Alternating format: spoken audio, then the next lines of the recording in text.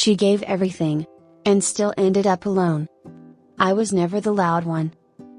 I was the one who stayed behind, after everyone left. The one who cleaned up, when the celebration was over. The one who said, "It's okay, I'll handle it," even when I was breaking. People used to say I was strong.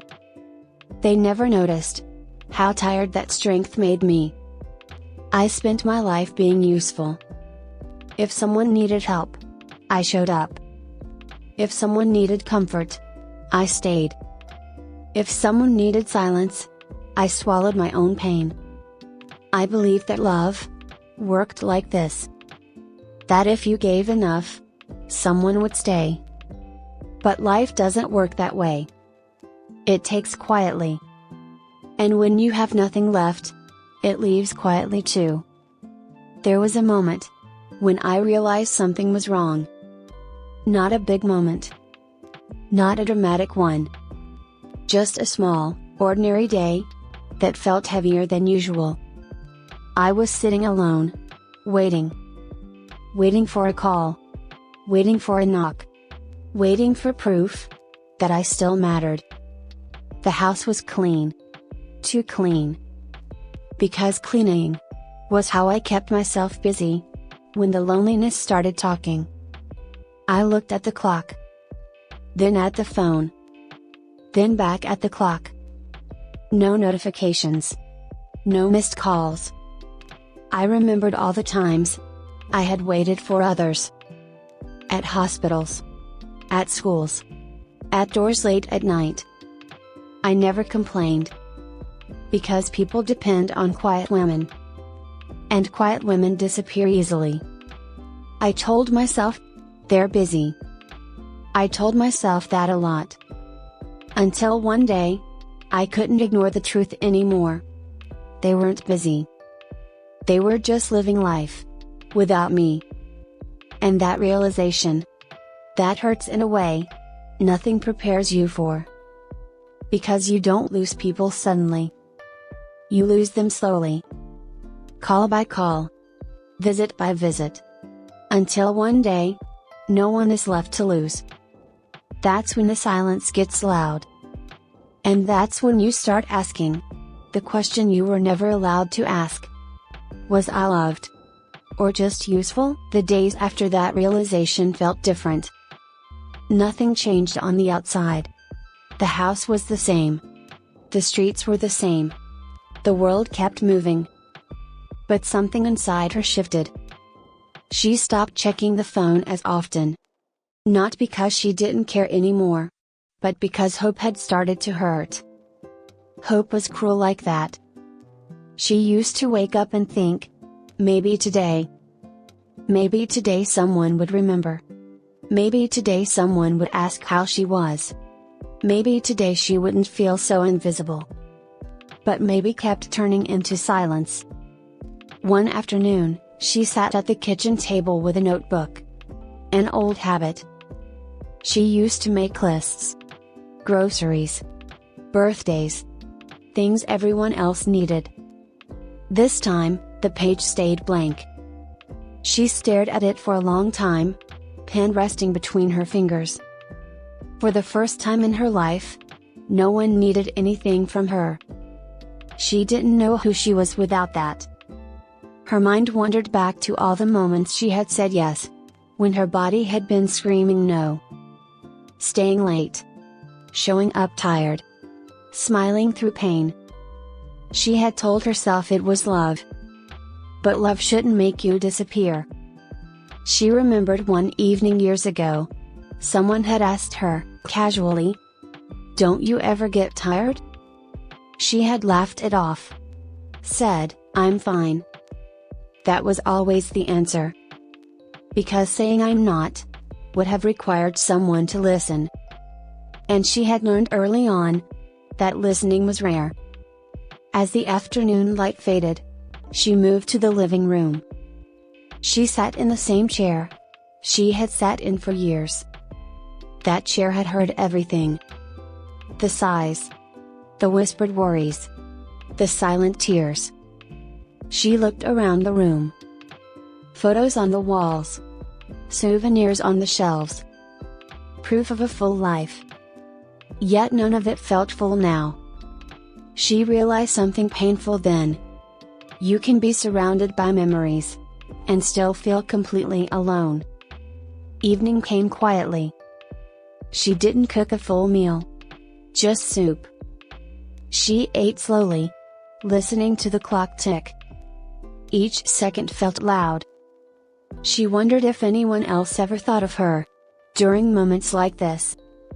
If her name ever crossed their minds, without a reminder. After dinner, she picked up her phone again. Not to call. Just to scroll. She saw photos of celebrations. Smiling faces. Busy lives. Everyone looked happy. She wasn't jealous. She was tired of feeling like a chapter everyone else had already finished reading. She placed the phone down gently, and rested her hands in her lap. Her fingers were worn. Hands that had worked, held, supported. Hands that had rarely been held back. She whispered softly, as if afraid the house might hear her. I didn't ask for much. Her voice trembled. I just wanted to matter. The words sat heavy in the air. No answer came. That night, as she lay in bed, she realized something else. Loneliness isn't loud. It doesn't scream. It sits beside you quietly, and waits, until you notice it's always there. And when you do, it's already wrapped itself around your heart. She closed her eyes. Tomorrow would come. It always did. But she wondered, how many more tomorrows would pass before someone noticed she was missing from their life. The next morning, she woke up before the sun. She always did. Not because she had somewhere to go, but because sleep no longer stayed. The house was quiet. Too quiet. She sat on the edge of the bed for a while, just breathing, as if preparing herself to exist for another day. Her knees hurt when she stood. She ignored it. She had learned how to ignore pain a long time ago. In the kitchen, she made tea the same way she always had. Careful. Slow. She poured an extra cup out of habit. Then stopped. She stared at it. No one was there.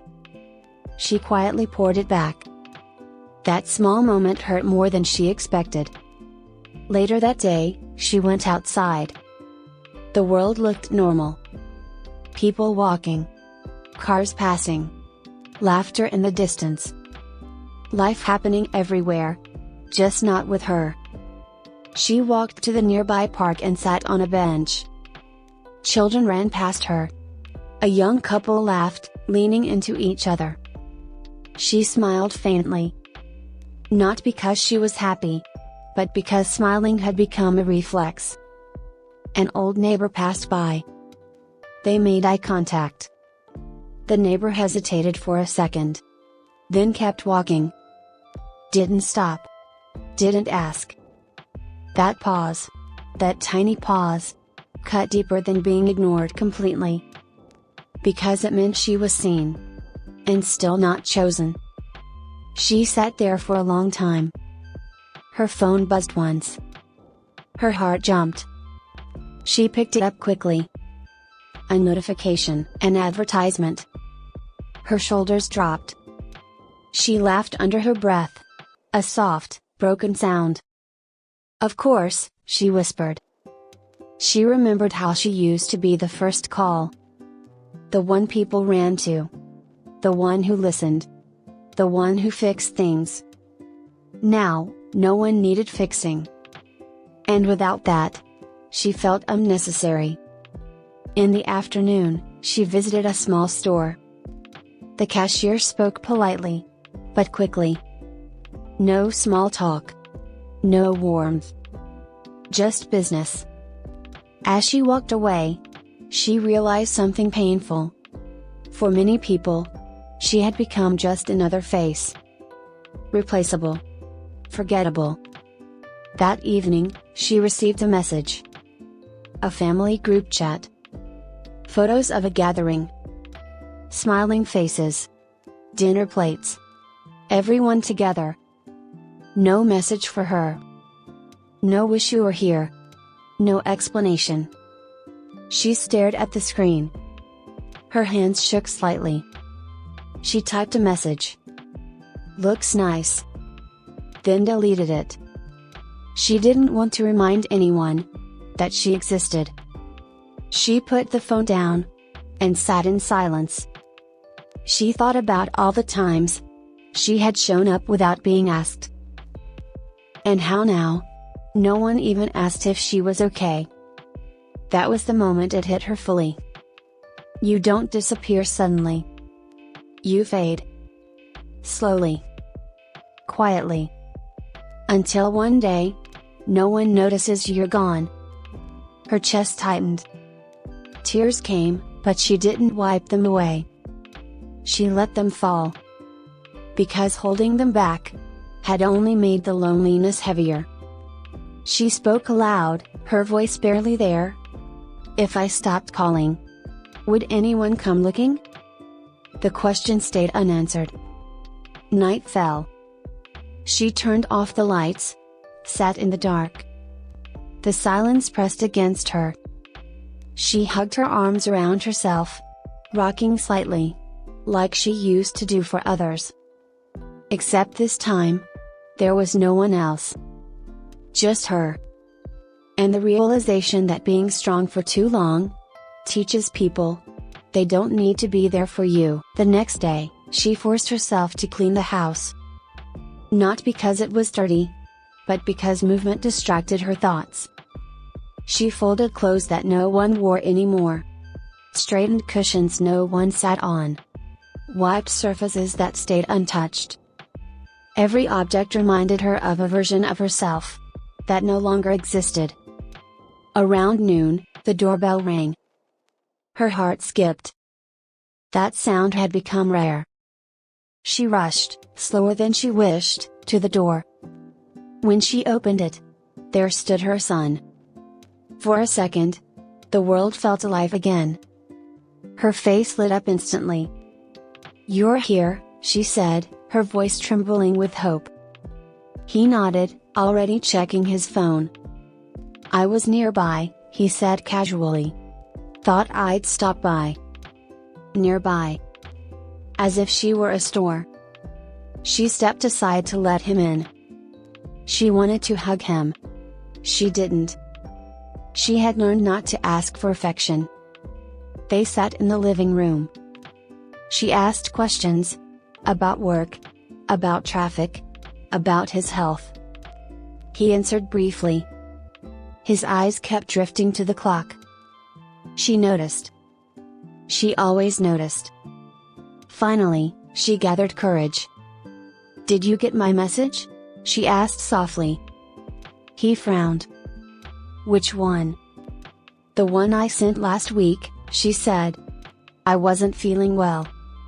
He paused. Oh, yeah, I saw it later. Later. Everything about her was later now. She nodded, pretending it didn't hurt. Then he said something that shattered what little strength she had left. You should try to stay busy, he said. You think too much. Think too much. As if loneliness was a hobby. As if pain was a choice. She wanted to scream. Instead, she smiled. I try, she said quietly. He stood up. I can't stay long, he said. Things are hectic. She followed him to the door. At the doorway, she finally asked, Will you come again? He hesitated. I'll see, he said. Those two words. I'll see. They echoed louder than any argument. Before leaving, he added. You know, you should consider moving to a smaller place. This house is too much for you alone. Alone. He said it like a fact, not a tragedy. After he left, she stood by the door, long after the sound of his footsteps faded. She touched the doorframe. This house had once been full of noise, arguments, laughter, life. Now it was just walls, listening to her breathe. She walked back to the living room, and sat in the same spot he had occupied. The cushion still held warmth. She pressed her hand against it, as if trying to hold onto him. Her tears came suddenly, violent, uncontrollable. She cried the way she never had in front of anyone. Not loudly, but deeply. The kind of crying that shakes your soul, without making a sound. She whispered through sobs, "I didn't raise you to forget me." That night, she didn't cook dinner. She sat at the table with an empty plate, staring. She remembered feeding him, cutting food into small pieces, blowing on hot spoonfuls. And now, no one asked if she had eaten. She realized something devastating. Children don't abandon parents suddenly. They slowly replace them, with busyness, with excuses, with silence. She went to bed early. Not to sleep, but to escape being awake. As she turned off the light, she whispered into the darkness, "I'm still here." But the room didn't respond. The phone rang at 6:17 a.m. She woke up instantly. Her heart raced. No one ever called her that early. For a moment, she thought, maybe something bad happened. Or worse, maybe they finally needed her. She grabbed the phone with trembling hands. "Hello?" she whispered. "Mom," her daughter's voice came through. That single word, "Mom," it filled her chest with warmth. "Yes, sweetheart," she replied quickly, sitting up. "I hope I didn't wake you," her daughter said. No, she lied. "I was already awake." She always said that. Even when she wasn't. There was a pause. Then her daughter said, casually, "I just needed a favor." The warmth shifted. But she still smiled. "Of course," she said. "What is it?" "Can you watch the kids this weekend?" her daughter asked. "Just overnight. We need a break." A break. From the children. She raised her whole life. "Yes," she said instantly. "Yes, I can." She didn't ask how long. She didn't ask if they'd stay. She was already imagining it. Small footsteps. Laughter. A house that felt alive again. Her daughter continued. "We'll drop them off Friday evening and pick them up Sunday night." Sunday night. 2 full days. Her heart felt full for the first time in years. "Thank you, Mom," her daughter said. "You're a lifesaver." She closed her eyes. Lifesaver. She repeated it silently. After the call ended, she sat on the edge of her bed, smiling to herself. She hadn't felt needed in so long, that the feeling almost hurt. She spent the next 2 days preparing. She cleaned every corner.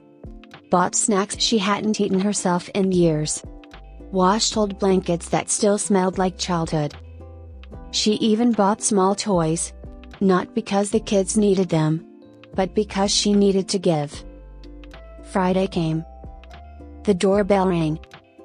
Her daughter arrived, rushed. The kids ran in, shouting. Her heart nearly burst. She hugged them tightly. Too tightly. "Mom," her daughter said gently, "don't spoil them too much." She laughed. "I won't," she said. But she already was. The house filled with noise. She cooked, cleaned, played, listened. Her back hurt. Her knees ached. She ignored it. Pain felt lighter, When purpose returned. Saturday night, after the kids slept, she sat alone in the kitchen. Exhausted. Happy. She checked her phone. No messages. No thank you. No hope you're okay. She told herself. They're busy. Sunday came. Then Sunday evening. The clock ticked loudly. 7 p.m. 8:30 p.m. She texted. Are you on your way? No reply. 9:15 p.m. Her phone finally buzzed. Sorry mom. Something came up. We'll pick them up tomorrow morning. Tomorrow. Her smile faded. But she replied. Of course, no problem. She tucked the kids into bed again. Monday morning, they were picked up quickly. Hugs were rushed. Her daughter said, already stepping away. Thanks again. We really needed that. Then they were gone. The house fell silent. In seconds. She stood in the doorway, holding a toy car in her hand. She realized something slowly. She wasn't missed. She was used. Loved for convenience. Needed for help. Forgotten afterward. She walked back inside. The quiet felt heavier than before. That night, she whispered to herself. I'm not asking to be needed. Her voice broke. I'm asking to be loved. The room stayed silent. And for the first time, she understood. Even when people come back, they don't always come back for you.